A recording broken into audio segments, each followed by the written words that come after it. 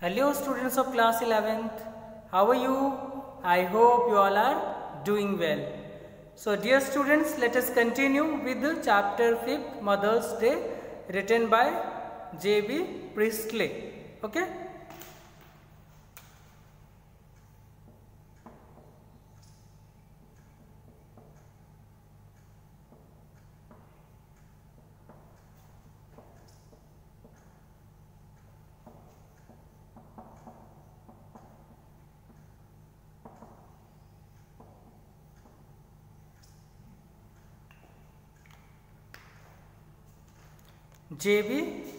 Written by J.B. Priestley. Chapter 5th Mother's Day. Okay? So it's a very humorous play. As we have seen in this play, it is about housewife.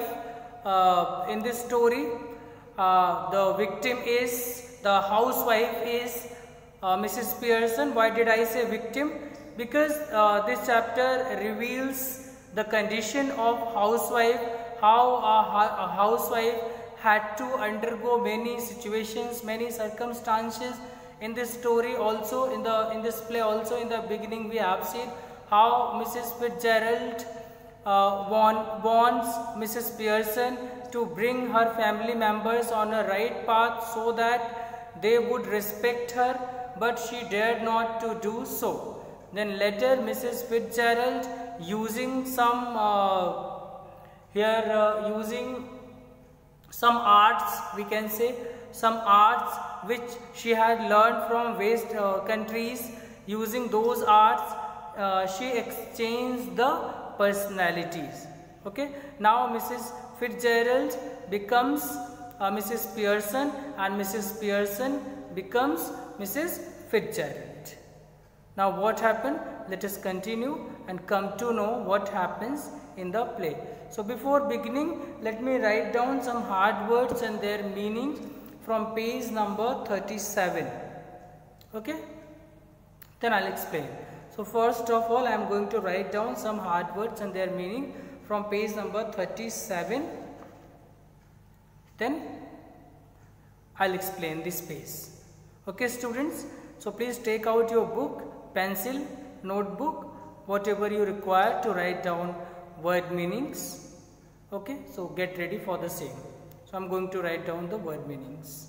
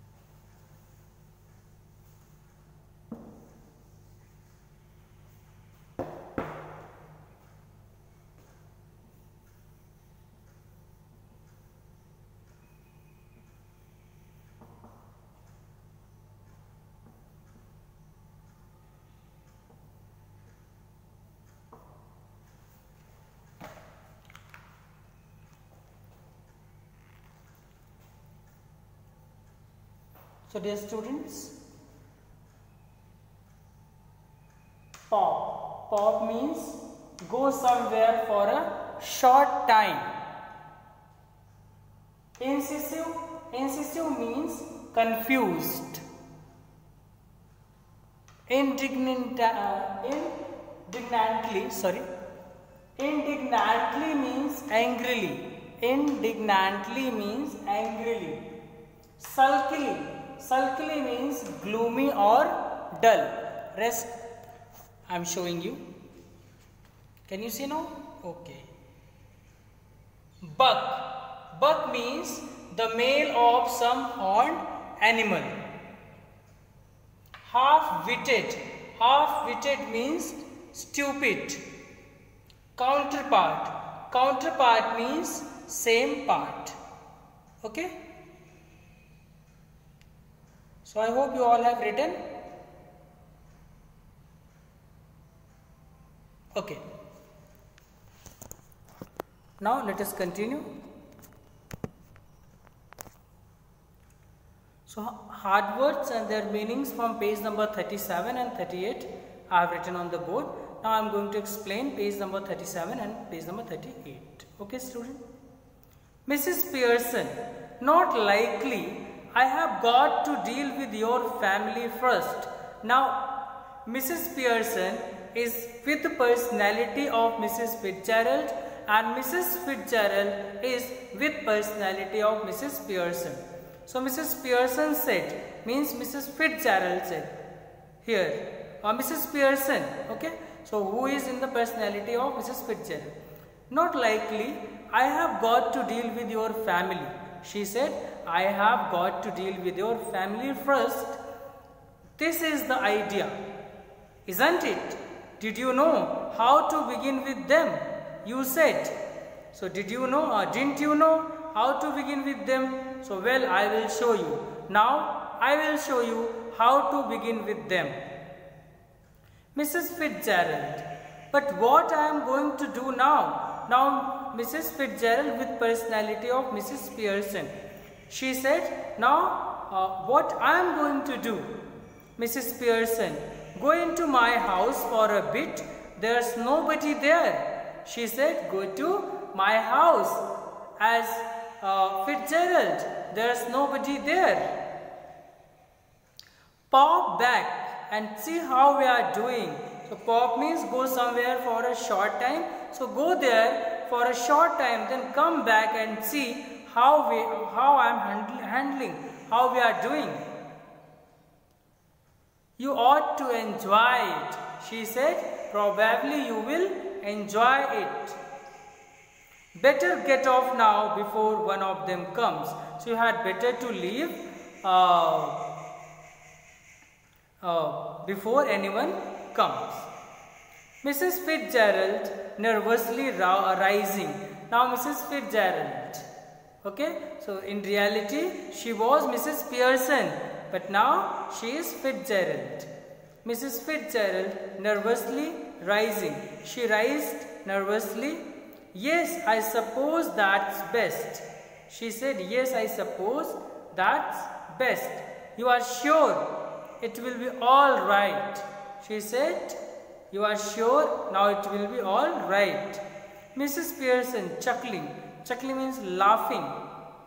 It will be wonderful. She said, it is going to be wonderful. Now off you go, dear. She said, now you go and you will find everything okay later. Now Mrs. Fitzgerald crosses and hurries out through the door right.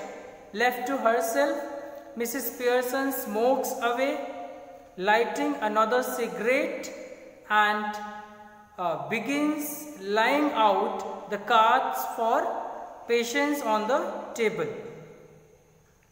So now Mrs. Fitzgerald crosses and hurries out through the door right. So what's happening on the stage? The scene has been described here. Left to herself, Mrs. Pearson smokes away because you know she is not real Mrs. Pearson. She is Mrs. Fitzgerald. Lighting another cigarette and begins laying out the cards for patients on the table.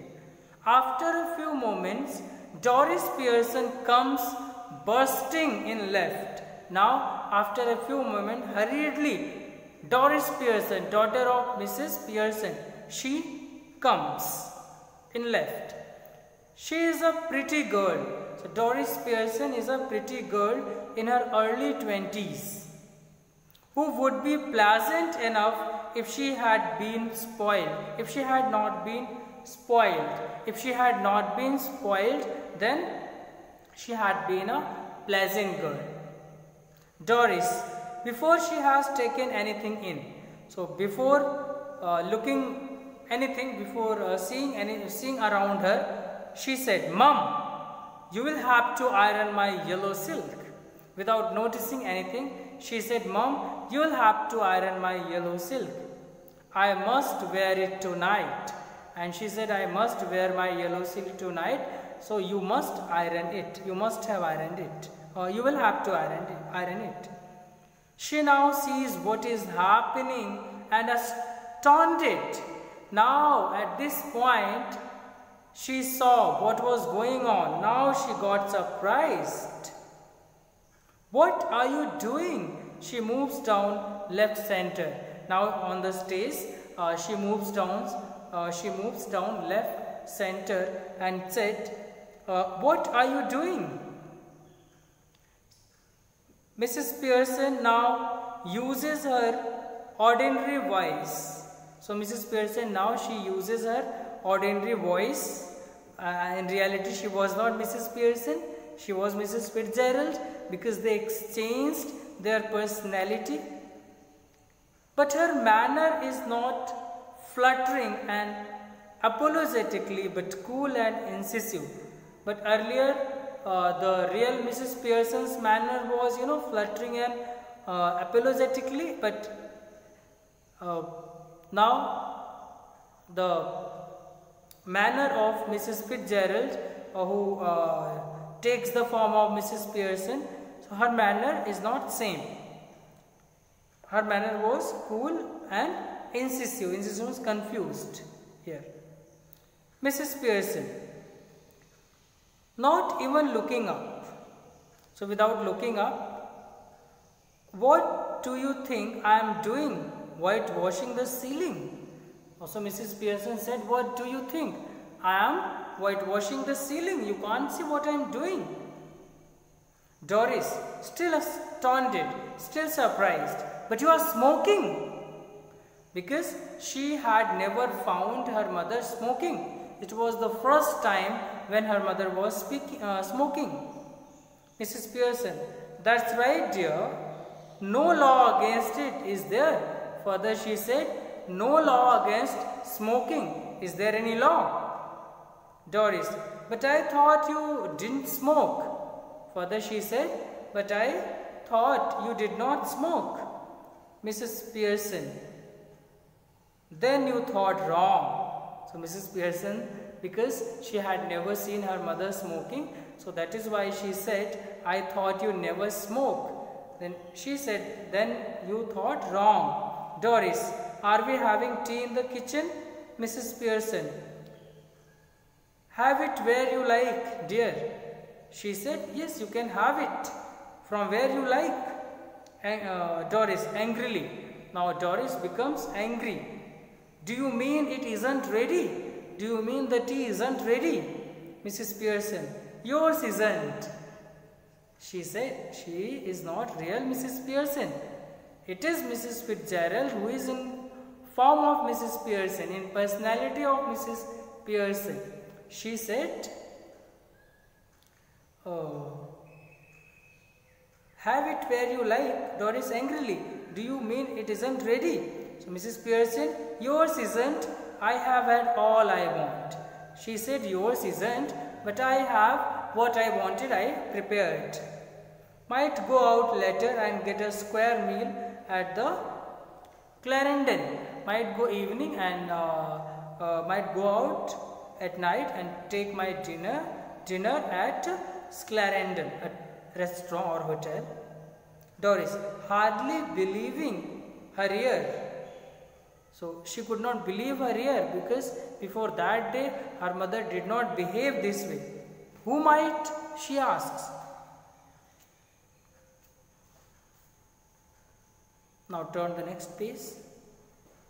Doris Pearson, I might. Who would you think? She said, I might go out and have dinner. Who would you think? Doris. Staring at her, Mum, what's the matter with you? Mrs. Pearson, don't be silly. Doris, indignantly means, I have written here, angrily. Now angrily she said, it's not me that's being silly. And I must say, it's a bit much when I have been working hard all day and you can't even bother to get my tea ready. Did you? She said angrily, it is not me that's being silly. I am not being silly. It is not me that's being silly. And I must say, it's bit much when I have been working. It's too much when I have been working hard all day. She said, I have been working hard all day and you can't even bother to get my tea ready, and you could not prepare my tea. Did you hear what I said about my yellow silk? So did you hear what I said about my yellow silk? Mrs. Pearson, no, don't you like it now? I never did. She said, don't you like it now? Don't you like your yellow silk? Okay, I never did. I never liked it. Doris, again angrily, indignantly, of course I like it, and I am going to wear it tonight. She said, of course I like my yellow silk, and today I am going to wear it tonight. Tonight I am going to wear it. So I want it ironed. Mrs. Pearson, want it ironed? What do you think it's going to do iron itself? So you are thinking that it is going to be ironed itself. Who is going to iron it?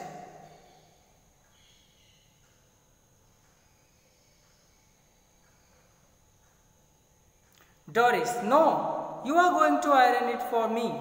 You always do. Further she said, no, I am not thinking so. You are going to iron it as you always do. Mrs. Pearson, well, this time I don't. Yes, I do, but this time I don't.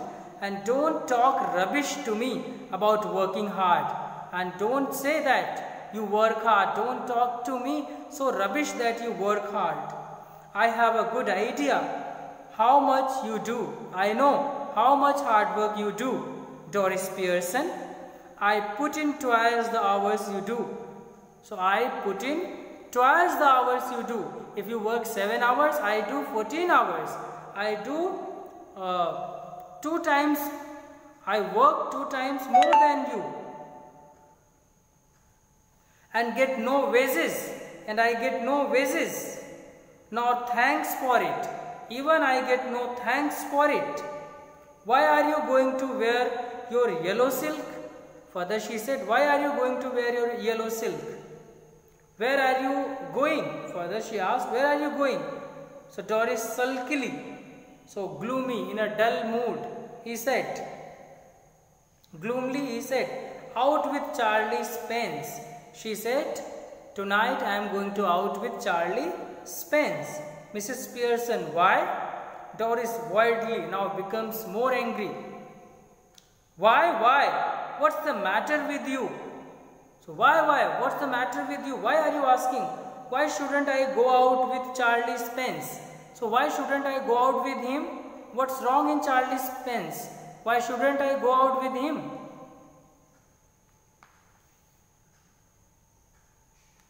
If he asks me and I want to, any objections?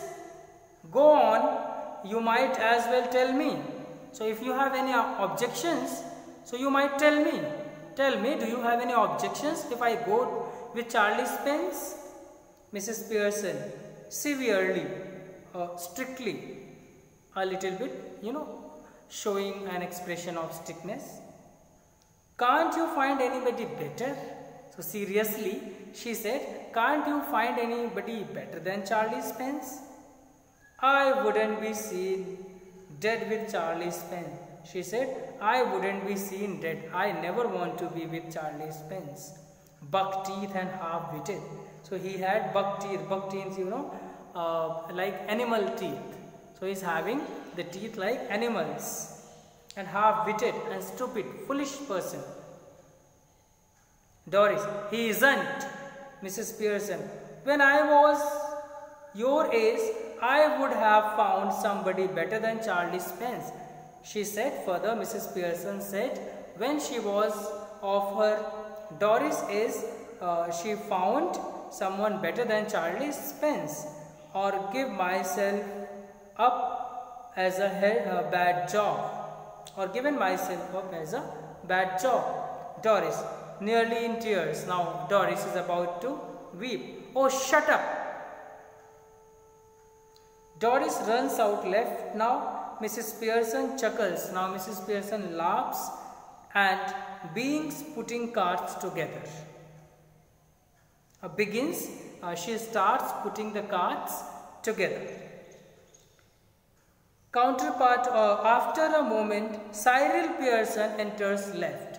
So from left side, now Cyril Pearson, son of Mrs. Pearson, brother of Doris Pearson, he enters. He is a masculine counterpart of Doris. So he is same as Doris. Now Cyril, briskly. Now Cyril, hurriedly. Hello mom, tea ready? He said, hello mom, tea ready? He's also in a hurry, like Doris Pearson. Mrs. Pearson, no. Cyril, moving to the table, annoyed. Why not?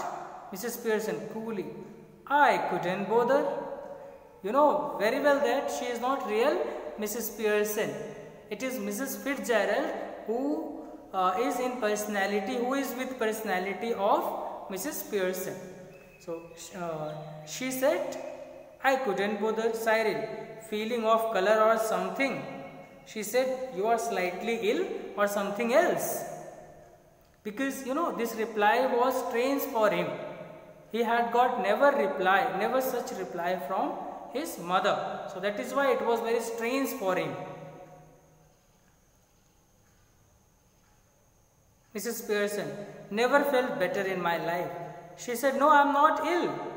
But I haven't felt better as I am feeling today in my life. Cyril, aggressively, now becomes angry.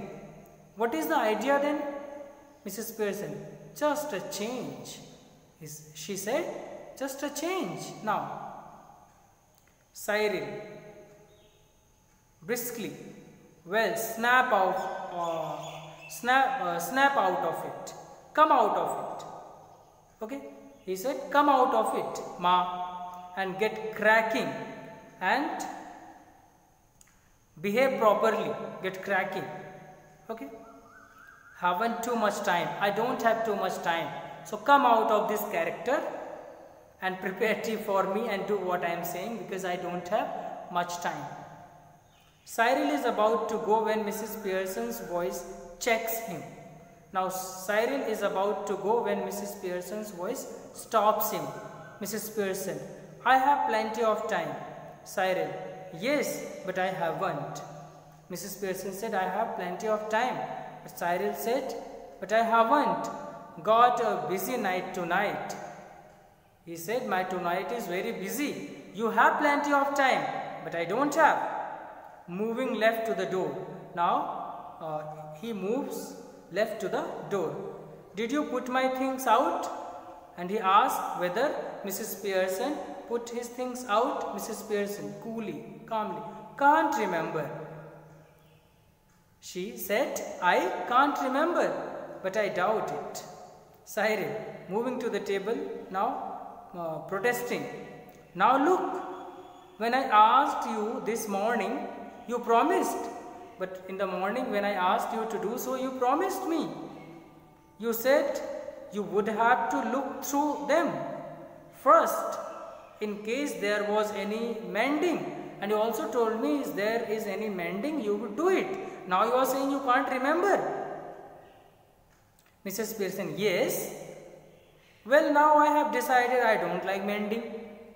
So she said, now I have decided I don't want to mend.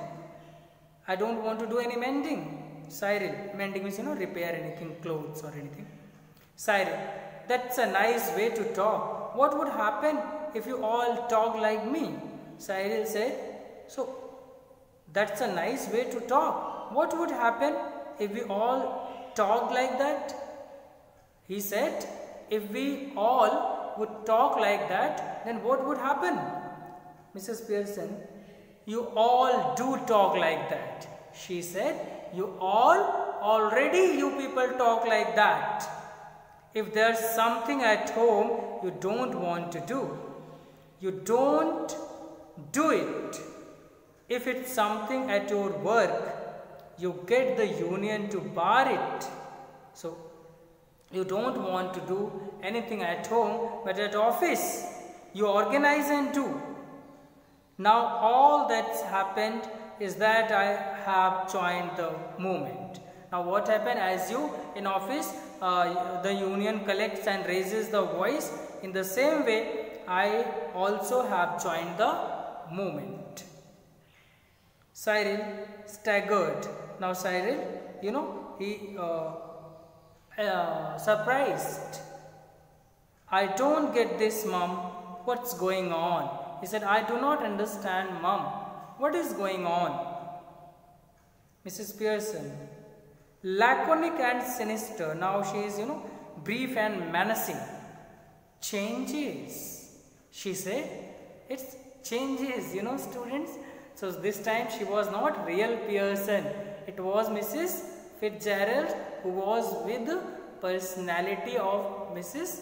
Pearson.